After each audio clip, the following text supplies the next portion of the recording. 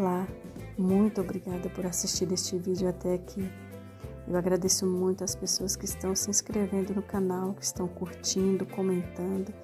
Deus abençoe grandemente a vida de vocês, tá?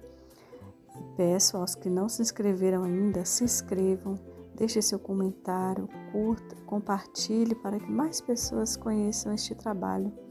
Um grande abraço e fiquem todos com Deus. Tchau!